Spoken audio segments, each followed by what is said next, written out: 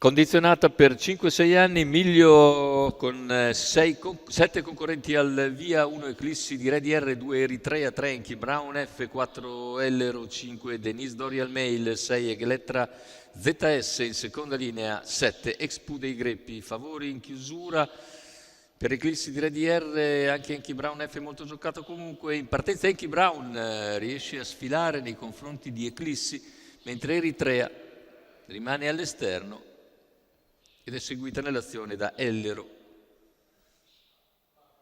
Eritrea gradualmente avanza su Enki Brown dopo 200 metri svelti in 14,6, rimane lì al sediolo del leader con Eclissi di Re DR, spettatore interessato per il momento. Quarto iniziale che se ne va con Enki Brown in vantaggio, 29,4. Terza posizione in corda per Expu, poi Ellero, in coda c'è Denise Dorial Mail con Electra ZS a fianco. 600 completati in 45,3, sempre da 1,15,5 l'andatura, mantiene andatura costante. Carmine Piscoglio in sediolo a Enki Brown, Eritrea comunque lì al suo esterno, ha voluto subito andare al largo Antonio Di Nardo con Eritrea, a contatto Eclissi di Re DR, poi Ellero. Posizioni invariate anche al chilometro, che viene coperto in 1,15,3. Ora dalla coda c'è la mossa in terza ruota di Electra ZS, Electra avanza con decisione, davanti però si marcia svelti ora e c'è un parziale in 14,2.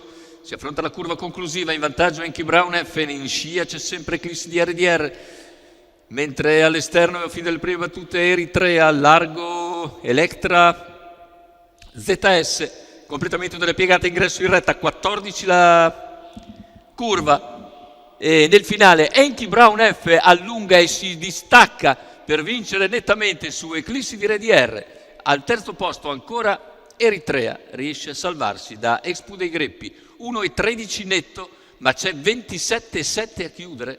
Davvero fenomenale, formidabile la chiusa di Enki Brown F, che non lascia scampo a Eclissi di Re DR, nonostante la grande condizione.